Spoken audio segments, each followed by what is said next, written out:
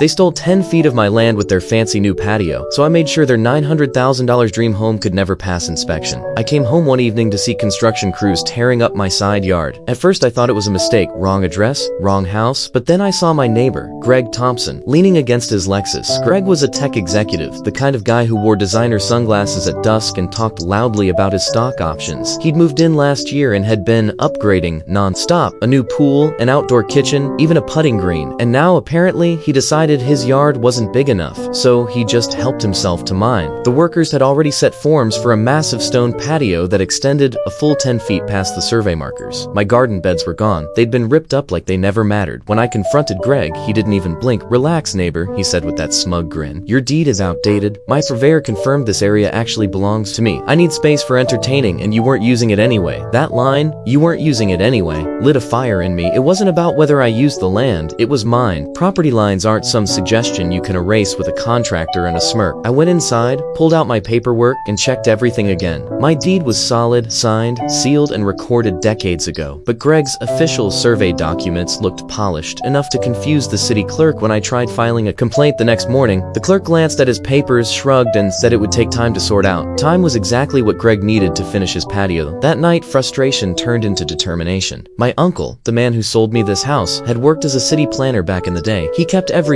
And in the attic, I found boxes of old subdivision maps, permits, and utility layouts, and that's when I struck gold. The original utility easement plan for our block was still there, stamped and signed. Guess where the city had buried the main sewer and water lines? Exactly under the strip of land Greg had stolen. His entire patio sat on top of critical infrastructure, an area legally protected from permanent construction. The next day, I documented everything. I measured the distance from the old steel survey pin to the new patio foundation. I photographed the workers pouring concrete over my flower bed. I scanned the municipal easement papers my uncle had left. Then I called the city utilities department, zoning enforcement, and the public works inspector. By Monday, inspectors swarmed Greg's property. The verdict was brutal. Greg had built directly on top of protected sewer access. Not only was his patio illegal, but so were sections of his pool deck and outdoor kitchen, which also encroached on the easement. The city issued immediate stop work orders. Public Works flagged it as a safety hazard since crews needed unobstructed access to those lines for emergencies. He was ordered to demolish the patio, parts of the pool deck, and reroute his outdoor kitchen at his own cost. The bill? Nearly $350,000 in demolition and reconstruction. Greg went from bragging about his resort-style backyard to watching bulldozers tear it apart piece by piece. The HOA piled on fines for unapproved modifications. Once the dust settled, Greg couldn't afford the repairs. He ended up selling the house at a $250,000 loss to a developer willing to fix the mess. The city came back, resurveyed my land, and installed permanent steel boundary markers so nobody could accidentally steal it again. If you think this story is real, like and subscribe.